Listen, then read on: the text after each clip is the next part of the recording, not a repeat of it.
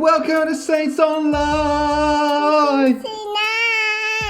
Hey everyone, welcome to Saints Online. Hey, welcome to Saints Online. Hello, welcome to Saints Online. Hello and welcome to Saints Online. Welcome to Saints Online. Welcome to Saints Online. Woohoo! Woohoo! Hello and welcome to Saints Online. It is so good to have you here with us. My name is Abiel and this is Tristan and we're part of the team here at St Mary's. Whether you've just tuned in from our Instagram Live or wherever you're watching today, we'd love you just to think about who you could invite. You could just share the link, it's easy just to put it in someone's WhatsApp or just send it to a friend. We'd also love to just create a space today where we can just worship together, where we can sing out loud, we can just really dive into what God is calling us to do. We're just going to pray and then we're going to head over to the band. Yeah, God, we just want to invite you here today, God. We just welcome your presence. God, we just pray that you can meet with us wherever we are, whatever room we're in, God, that you meet with us directly today. That God, that you can speak to us through your worship, Father. Amen. Let's worship.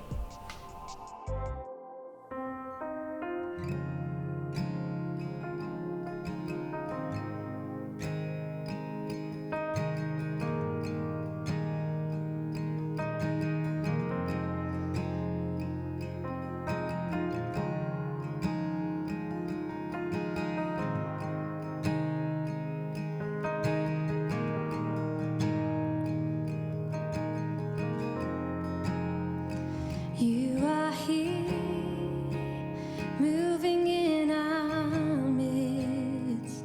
I worship you. I worship you. You are here, working in this place. I worship you. I worship you. You are here,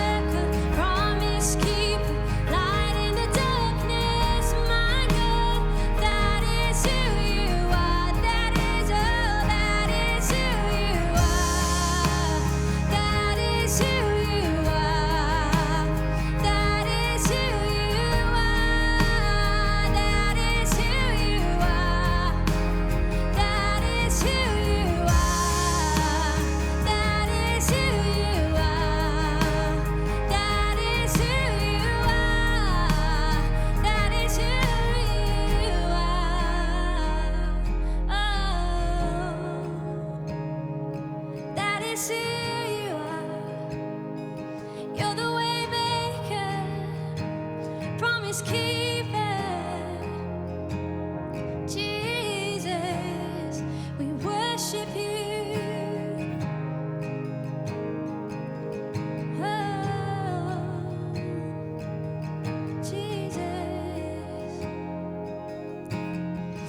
Even when I don't see it, you're working. Even when I can feel it, you're working. You never stop working. You never stop working. Even when I don't see it, you're working. Even when I don't feel it, you're working. You never stop working. You never stop working. Even when I don't see it, you're working. And even when I don't feel it, you're working. You never stop working. You never stop, Jesus. Even when I don't see it, you're working. Even when I don't feel it, you're working. You never stop working. You never stop. Waymaker, miracle worker, promise keeper, light in the darkness. My God, that is who you are. Yes, I believe. Waymaker, miracle worker, promise keeper, light in the darkness. My God, that is who you are. That is who you are. That is who you are. That is who you are. That is who you are. That is who you are. That is who you are. That is who you are. That is who you are. Waymaker, miracle work, promise keep, light in the darkness. My God, that is who you are. I believe. Waymaker, miracle worker, promise keep, light in the darkness. My God, that is who you are.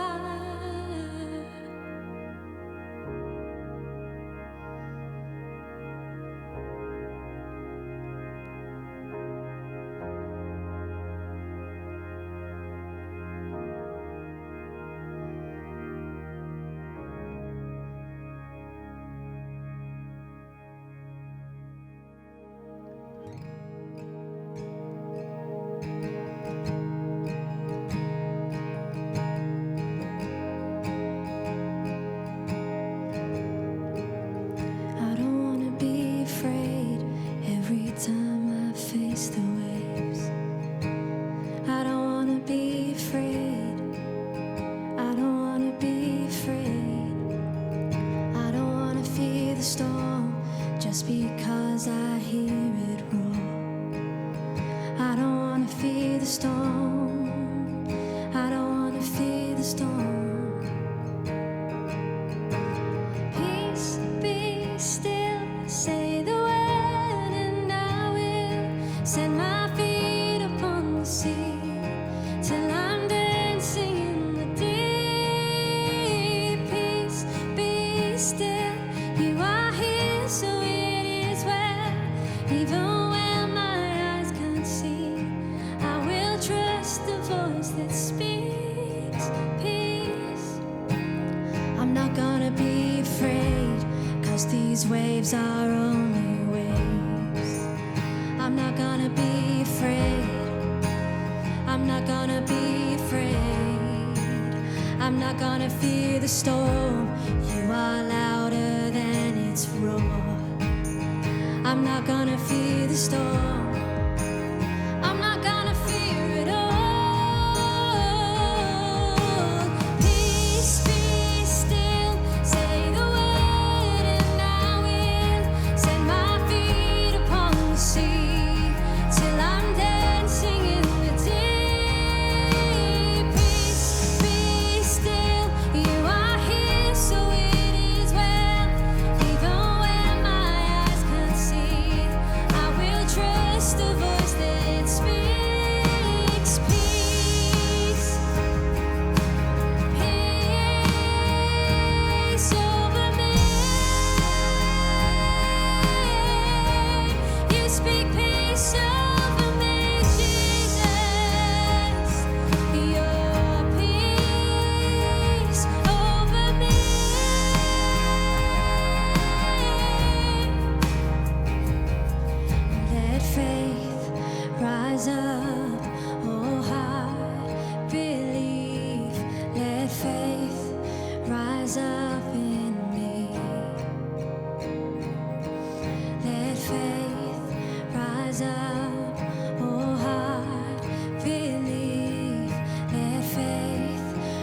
rise up in me.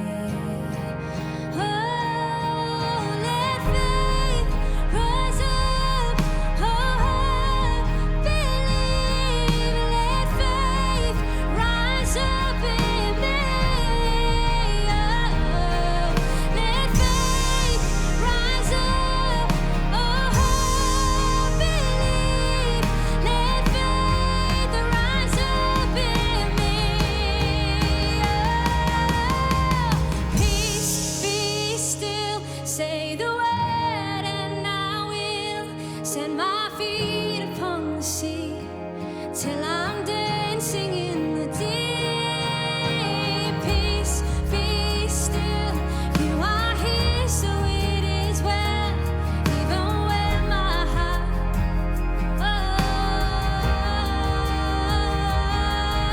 oh, peace, be still. Say the word, and I will set my feet upon the sea till I'm dancing in the deep. Peace, be still. Say the word, and I will set my feet upon the sea till I'm dancing in the deep.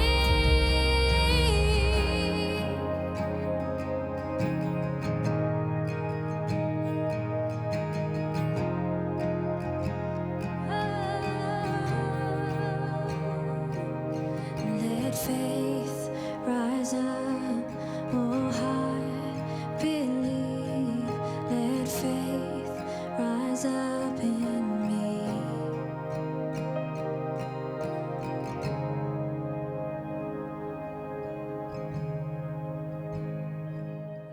Hi St. Mary's, I'm Yaz, and let's pray together. Dear Lord, thank you so much that you know exactly how we are feeling in this time. The things we're disappointed about, the anxieties we have, and the bleakness and frustration we may be feeling in a second lockdown. But thank you that even though the future seems so uncertain, you are the one thing we can be certain about. That we can find security in you, and your plans for us are good, to prosper us and not to harm us, to give us a hope and a future. Help us to trust that the best is yet to come. But we also pray that you help us to make the most of this time of lockdown, to thrive, not just survive. That we grow in our relationship with you and we seek out your purpose for us in this time. Help us as a church to be a light in this city and to reach out to those who are struggling. And lastly, we specifically pray for the students who are struggling, who are feeling isolated, missing their families, maybe don't get along with the people they live with, who are disappointed about their university experience and struggling with the constant change. We pray your peace that surpasses all understanding to rest on them and that they come to know you. In Jesus' name we pray. Amen. If you missed the first welcome, we are so happy to have you here with us for Saints Online. As a church, we've been serving our city through the Love Your Neighbour initiative, and Nathan is going to give us an exciting Christmas update. It's beginning to look a lot like Christmas everywhere you go. What is up, everybody? Lovely to see you. If you haven't met before, my name is Nathan. I am the lead coordinator on the Love Your Neighbour campaign. And I'm talking about Christmas because we are doing Love Christmas this year. We are working with our partners across the city and nationally to produce a bespoke, personalised Christmas package to deliver out to all of the wonderful people that we have been in contact with over the course of the past 9 months of running our food bank. And we would love your help. If you are all about giving gifts, if you love to give because it is better to give than to receive, I would love to hear from you. Please go to the website where you can sign up for the weekend of the 18th to the 21st of December to deliver some Christmas cheer. We're planning personalised gifts. We're planning Christmas pudding, cream, cakes and crackers. It's going to be all the works. I'd love to hear from you. Go to the website. See you soon. We'd really love you to stay connected in this time, to be deepening your faith. We have tables, which are our midweek gatherings, We have something called Bible and Breakfast, which is at 7:30 on a Thursday morning. And we've just released a new Worship at Home video. If you would consider yourself as a regular attender here at St Mary's Church, we'd love to encourage you to give. We'd love to continue to play our part in a renewal of this city. Details will come up on the screen. As we continue the Take Stock, Take Heart series, John spoke to Kate Middleton, who is a psychologist, an author, and a director of the Mind and Soul Foundation. Over to you guys.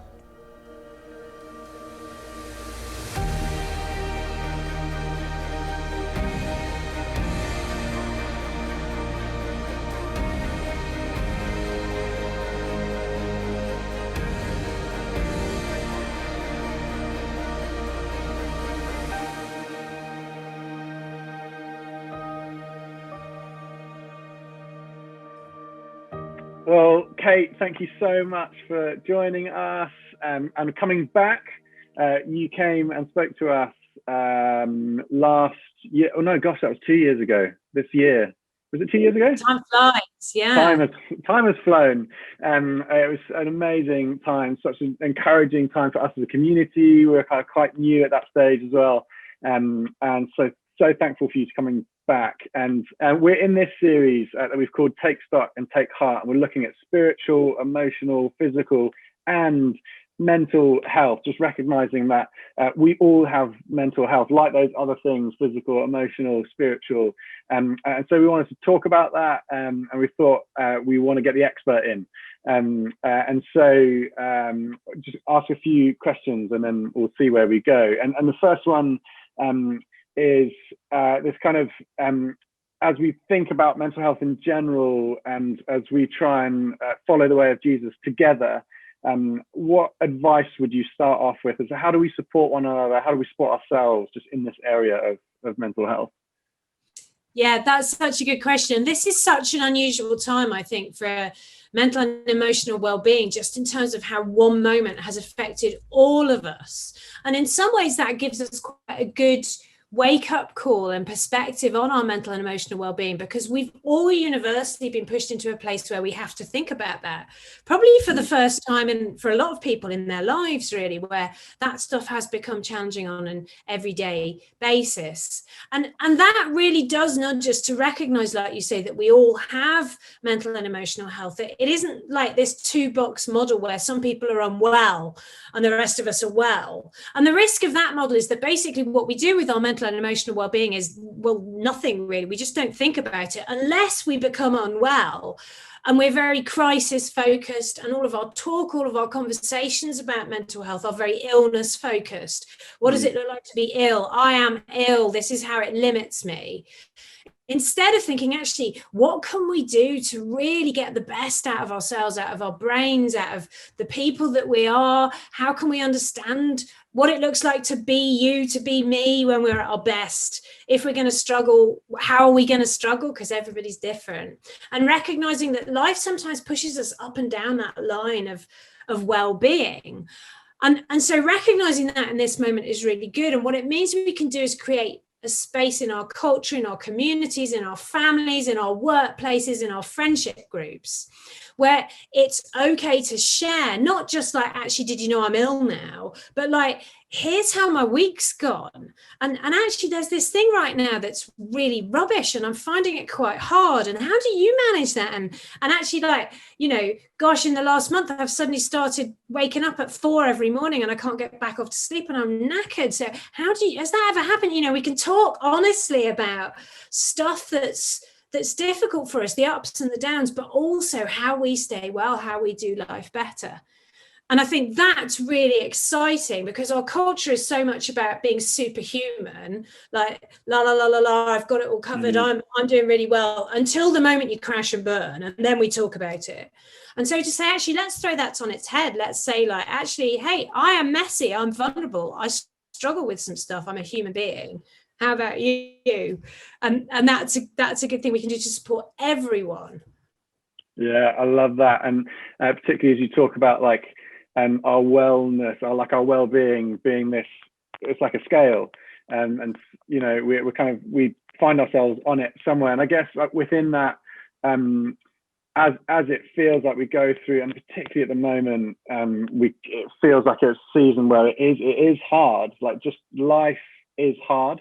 Just the normal things of life are different, and so I guess as we try and follow Jesus in that, any like tips or advice of how, in the ever-changing mood and environment and our mental health, like, how do we be consistent following Jesus? Like, how do we stick close to God in that? Yeah, and I think we need to recognize that everything has changed in this moment, and so the spaces and the places and the patterns that we would have for normally doing that have largely gone or changed, at least, even if they're still there in some format. And that applies to wider life too. And your brain relies on routine to keep your stress level low. And what's happened, because everything has changed, is everybody's stress level has gone up, and we're all operating now in this sort of overwhelmed space where we feel like we might go under. Like, genuinely, our brains are having to work that much harder to think about how we do everything, not just connect with God. So we are in this space, the sort of overwhelmed zone, and when we're in that space in terms of our stress level, that affects us emotionally too, and it changes the way that your brain responds to everything. It's a bit like your mind goes onto a sort of emergency setting because it's under a lot of pressure. And it's interesting how that affects our connection with God, and our ability to perceive and experience God changes in those moments. And you can see biblical examples of that all over the place. You know, somebody like Elijah really having a moment of stress, and people often talk about breakdown, but having a sort of post-adrenaline reaction moment, and really struggling with his experience. Even things like the disciples, the story of when the disciples are on the boat in the Sea of Galilee, and they're fighting against the wind and the waves, and Jesus walks out over the water to them, which, to be fair, is unexpected, but he's their best mate. You know, they've hung out with him, and yet they don't even recognize him. That's your brain under pressure. Your ability to recognize God, to feel God, changes. So the risk is that in that moment we try and do normal things, and it doesn't feel normal, and we panic.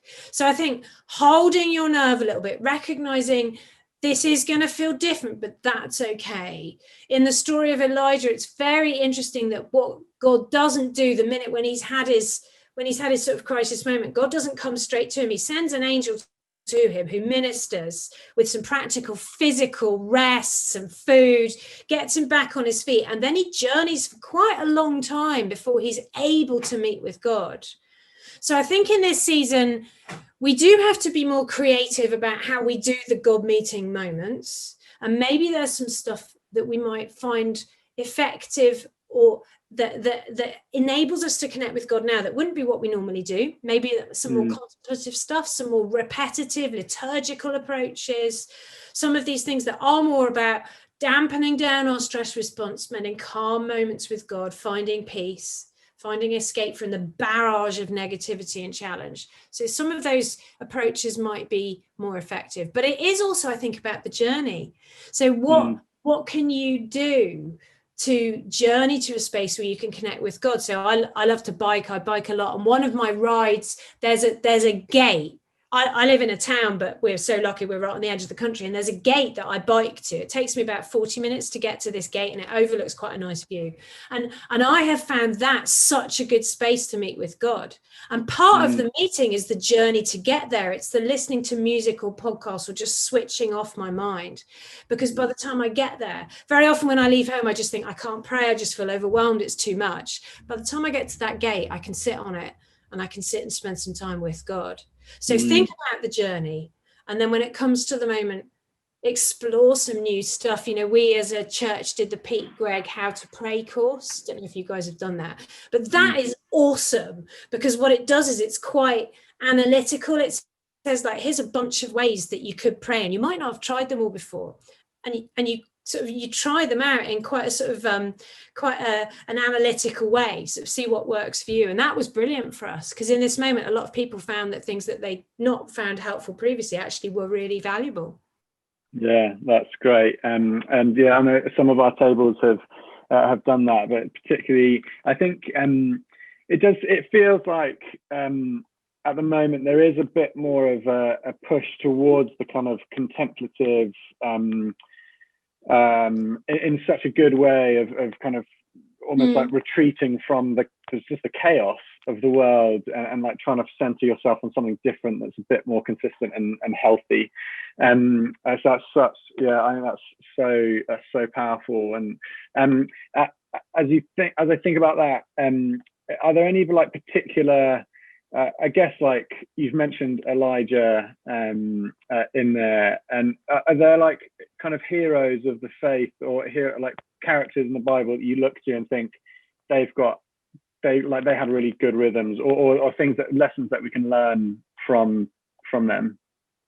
I mean, the Bible throughout is a wonderful example of the stories of many human beings doing life with God. And I think there's so many people, almost every character in the Bible is interesting in different ways. And I think overall what's so exciting is the way that these people who are like superhuman heroes of the faith actually are totally human. And I love some of the human stories of the balance between the highs and the lows, the strengths and the weaknesses, the moments where they get it right, the moments where they get it wrong or struggle. I mean, Peter's one of my favorites, as beautiful, impulsive, like speak first, think later, Peter, whose ability to do that means that he's willing to step into things that a lot of the other disciples aren't, but struggles. So in that story, when they are on the lake and Jesus walks out, and that's such a great example of how we manage anxiety, because when Jesus says to them, don't be afraid, the Greek word that he uses there for fear, actually it talks of a very specific type of fear. It's not just saying don't have anxiety,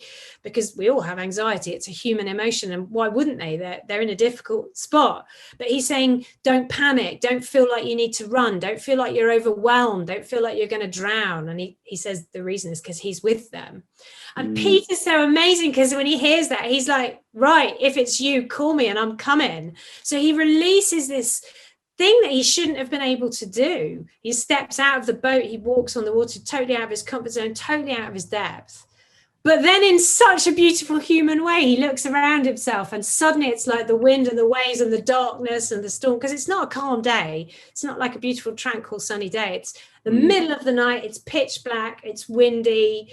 It's horrible. And he freaks out. And the story tells us that he starts to sink. He feels like he's going under.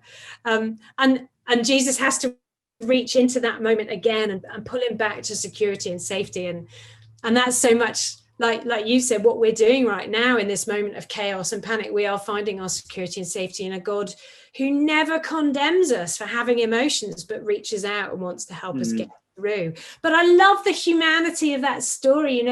We are all such a jumbled up mix of like brilliance and total potential disaster, like almost in the same moment. And it's so good to see those human stories in the Bible. Paul's another one, this great wholehearted, perfectionist, passionate guy who starts out his life persecuting Christians.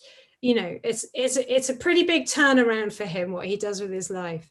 It's amazing. And I love the honesty about how he writes when he's in prison later on in his life and he's really struggling, in those moments of saying like to do this is something God's called him to, but actually he'd rather go and be in heaven with Jesus. His life in that moment is really tough. I love the honesty of the way that he writes. So I think there's a beautiful freedom from the way that the Bible writes about mental and emotional well-being to say, actually, we're not perfect, but there's something amazing in the way God works through us as imperfect, limited humans, that is powerful. That's the strength. It's like Jesus said in the Sermon on the Mount, when you get to the end of yourself, as human beings, we can feel like that's a failing place to be. But God says, no, that's a place of really exciting potential, because when there's less of you, there's more of me. And see what I do in those spaces.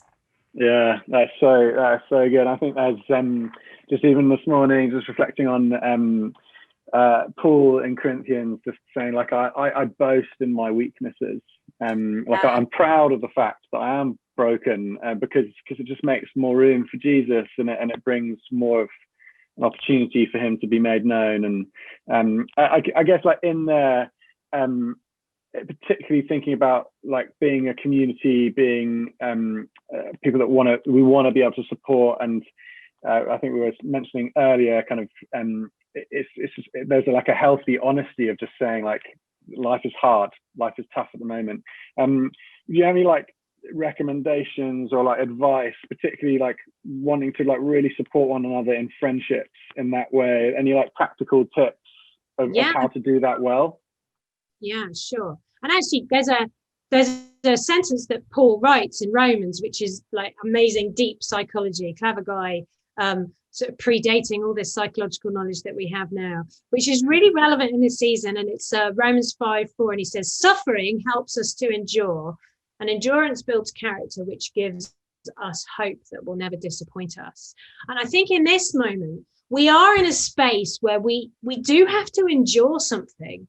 We have to persevere, frankly, because we have no choice. There is no way. I can't change this season. I can't make it not hard, not rubbish. There are things about this moment that are really hard and are really rubbish. And for some people more than others, some people's circumstances are really difficult. But when we're in this place where we do have to endure, stick with something, what that does is it forces us to dig deep within our own resources, and we can build our ability to respond to that moment, so that not only do we do better in that moment, but longer term we increase our capacity to hold challenging stuff, to step out of our comfort zone, to push our limits. And so often in life we look back on the difficult times and think, actually they were the times that grew me, that shaped character, that developed my relationship with God. So I think this balance between hope and despair is really important, and recognizing that this is tough, but there are things we can do in this moment that build hope. Hope doesn't have to be a passive thing. You know, we're all feeling a bit more hopeful this week because of news about vaccines and stuff, but already people are starting to prick holes in that, aren't they? And well, and now we're thinking maybe it's not the answer. But hope isn't passive. We can build hope ourselves by things that we do that help us feel more in control, that help us recognize that we can, even in rough places, we can shape our world, we can help one another, we can pull together to do this better. And there's a bunch of stuff that psychology teaches us about how we respond that can help us to do it better, that can trigger hope, that can build character and maturity. So I'll do them pretty quick, you know. So number one is recognizing and responding well to stress peaks. So recognizing you're in that stress zone. You know, when you go into that overwhelm zone, it changes the way your mind works. You jump to conclusions more, you're more prickly emotionally, you overreact, or that's what your nearest and dearest will say to you. You're much more reactive. So recognizing you're in that space, and sometimes saying either in the moment, I need to just take a moment, drop my stress level. This probably isn't as bad as it feels. And also building things in long term that do help you manage stress well, rhythms, routines, rest, stuff like that. We are under pressure in this moment. Your stress level will be higher. Many of us are living on the edge of overwhelm. It's like the stress levels here. It doesn't take much to push you into a space where you're going to struggle. So recognize that, keep it as low as possible. And in moments where you've gone into that overwhelm zone, grab a moment, just calm down before you tear strips off everyone around you, because it may well be that actually it's not as bad as it feels. Number two is about expressing and processing difficult stuff, whether that's negative emotions like anxiety, like frustration, or whether it's just some of the enormity of the questions that this moment is raising in your mind. You know, I was talking to my son the other day about something, and he was like, oh, Mommy, do you remember in those days when we used to go to church and we used to do this? And I just had this moment of like, oh my goodness, for my 8-year-old son, this is like a whole new era now.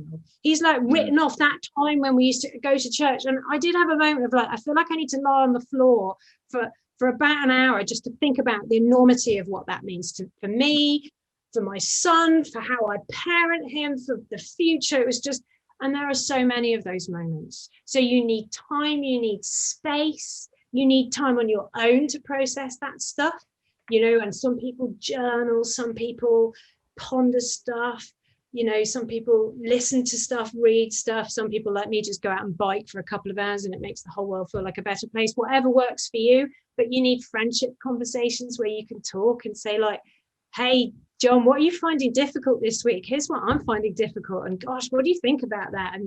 And maybe for some of us, even we do need some therapeutic space, some bounded space, some safe space now or at some point in the future that helps us figure this out. So think about expressing and processing. Think about number 3, productivity. As humans, we like to feel we're getting somewhere, we're having an impact on the world. And for some people in particular right now, that's really hard. So if you're isolating, we as a family, we're in our second consecutive 14 days of isolation here because child number 2 got called first, and then literally within 48 hours, child number 1 got called. So it's all right for me, I can go out, but they've been isolating. But so those moments are tough if you're furloughing, if your job has changed, if you've lost your job, if you're, it's hard. So how can you find things that make you feel like you're getting somewhere? In the rough moments, can you play with the fact that will make you feel better? When they announced the second lockdown on that Halloween Saturday, my daughter came in, she's like, Mom, have you tidied the spice drawer yet? I'm like, no, but I am about to do exactly that. Now, does that change the state of global pandemic? No, but that introducing that level of order, feeling like I've got somewhere, do you know what? It calms you down. I clean the fridge at stressful moments. Whatever works for you. Do something that feels measurable, that feels like you're getting somewhere. Little things. Some people do puzzles. Personally, that would push me over at the edge right now. But if it works for you, do it. So productivity, feeling like you're getting somewhere. Number 4 is connection. We're designed to do this together, but there's been so much pressure on our relationships, hasn't there? And at first when we went into lockdown and it felt like just an acute, crazy, short-term mad moment, what happened is we all retreated into maybe the 1 or 2 friendships that mattered the most to us.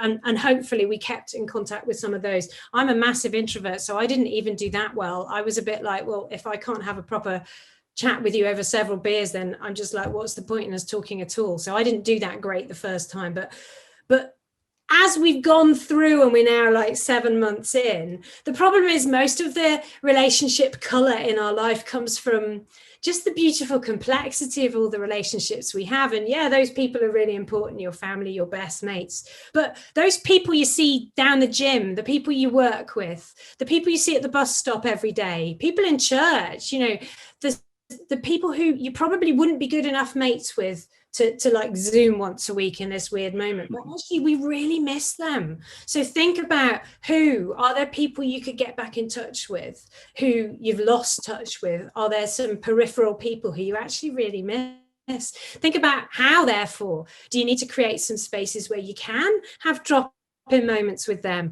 whether it's yet another WhatsApp group, which we probably feel like we all need like a hole in the head right now, but they do have their value. Or is there an online space that you can use for that stuff? And think about when, like, it's that thing when you see someone in the street and you sort of say, oh yeah, we should get together sometime, and then you go off and you think, yeah, we're not going to do that. If you don't plan the when, you probably won't do it, and especially in this season. So trying to make things regular where you can, like maybe some of these spaces that you think, actually, this is valuable. There is that bunch of us who used to meet together in church or who used to play football together and we can't right now. But maybe you do create a Zoom hangout space once a week when you would have played football. And even if that's only 5 minutes, we can be so all or nothing. We think, I'll do that if it's going to be like an hour's intense conversation or a Zoom pub quiz, another thing, by the way, that would push me over the edge right now, but some people love it, and if we can't do that, we don't do anything. But actually, even if it's just 5-10 minutes, those connections are worth having. So that's 4. And number 5 is quite simple, but not as simple as normal right now, and it's this: just pursue fun. And so many of us, we've just lost fun and good stuff and good emotions. And we almost feel guilty for pursuing it because like maybe we should be out doing something really worthy, or, there's other stuff we should be doing because we're all so pressed in this moment. But fun, Nehemiah says that joy is our strength. And that ancient Hebrew word means it's our fortress, it's our place of protection, it's somewhere we retreat to in moments of battle or in stormy times, and your ability to just have moments of ridiculous laughter or fun are so important, and even more so when the rest of life is tough. So what makes you laugh? Where do you find those good moments? And your brain is so biased towards negative stuff most of the time, but particularly when it's in that emergency zone. So we need to be all the more deliberate at spotting good stuff and making ourselves indulge in it. I mean, say it's like squeezing an orange. If you squeeze an orange and you just get like half the juice out, you leave so much behind. So maybe there are some moments where there's a little flicker of something that's good, and you need to deliberately and intentionally stop and enjoy those more. You know, if you grab a quick coffee with a mate and it's really good, stay longer. Who cares if you've got an email to write? This could be a really valuable moment in your week. The next time you get a hug from someone in your household, you know, linger in it. Your brain releases positive endorphins when you're, and hormones when you're in a hug, but only if you stay in it for about 20 to 30 seconds. Interesting.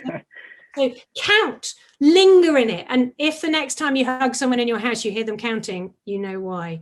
But like, linger in those moments, because we need fun. It's going to get us through. Yeah. Amazing. Kate, thank you so much.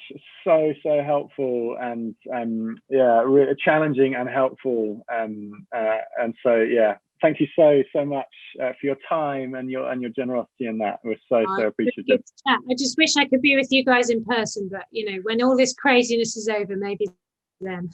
Yeah, we would love that. Thank you so much.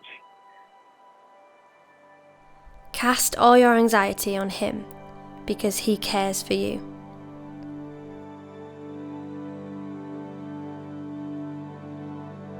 As I pause and take a deep breath, I center my thoughts, my heart, my senses upon your presence, Lord.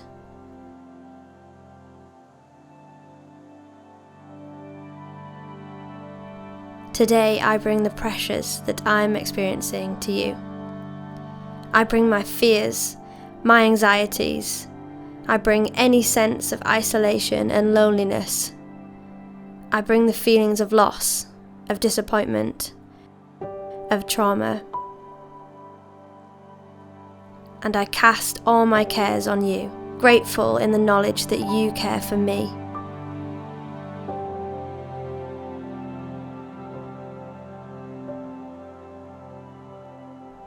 Today, Lord, I choose to draw near to you as you draw near to me.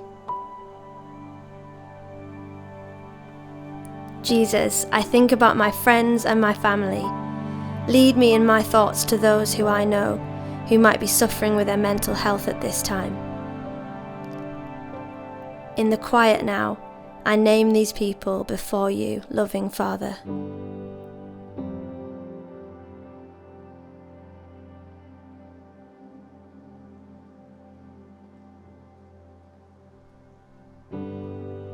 I bring them to you, and I ask you to draw near to them today. Protect them and heal them, Lord. Do not conform to the pattern of this world, but be transformed by the renewing of your mind. God, I surrender all of myself to you today. I offer my body, my soul, my spirit, and especially today, I offer my mind to you too.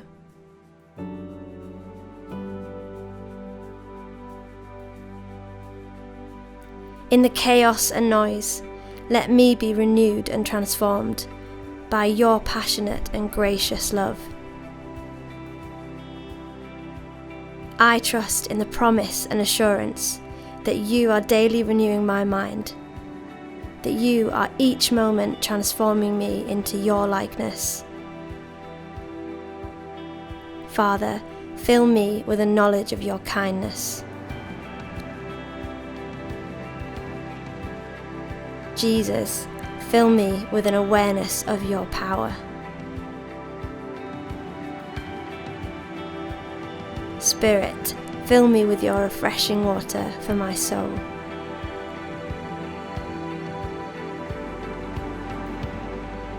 Amen.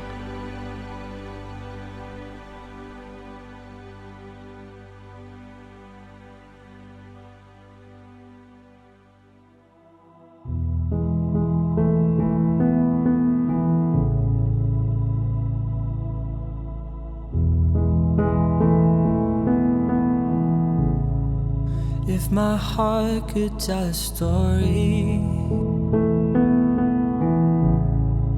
if my life would sing a song,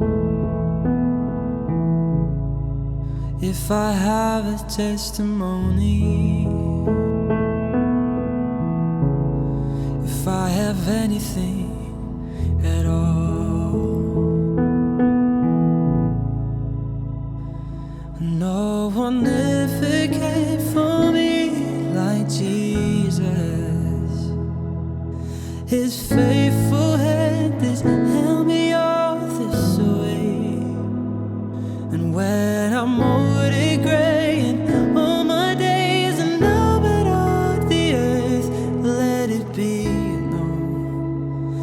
In you alone, my joy is found.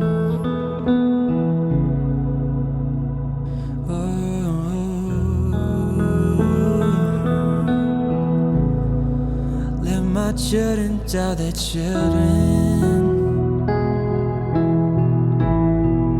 Let this be their memory,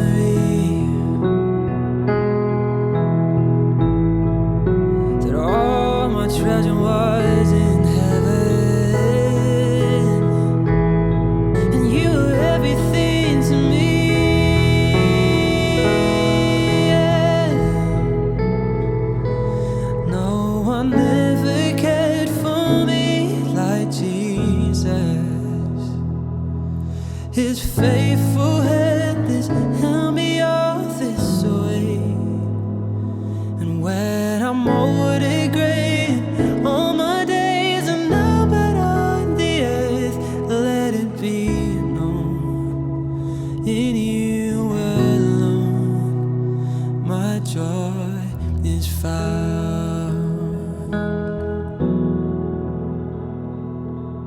There you find my joy.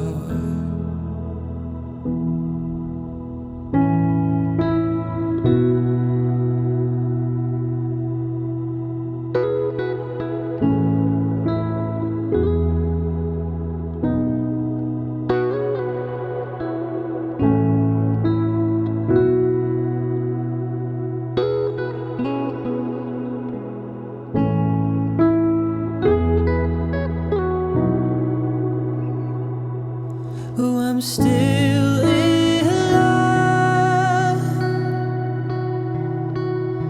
You're still enough for me. Still all I want.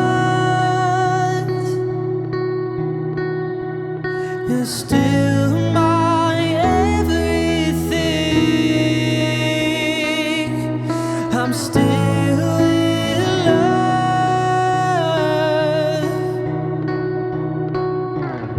still enough for me. Still all I want. You're still my everything. No one ever cared for me like Jesus. His faithful hand has held me all this way. And when I'm old and gray, all my days are numbered on the earth, let it be known.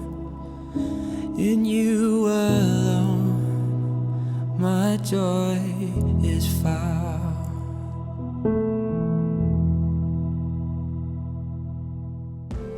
Thank you so much for watching today's online service. Feel free to check out our Take Stock and Take Heart page on our website, which links to some books and resources about mental health. Yeah, thank you so much for joining us this evening, and we look forward to seeing you next week. Have an amazing week and take care. Saints' favorites of the week.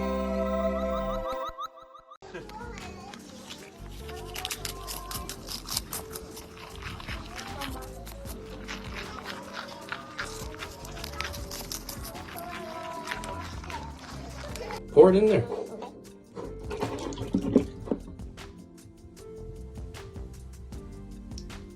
For some reason, I didn't think you'd pour the whole thing. That's kind of on me.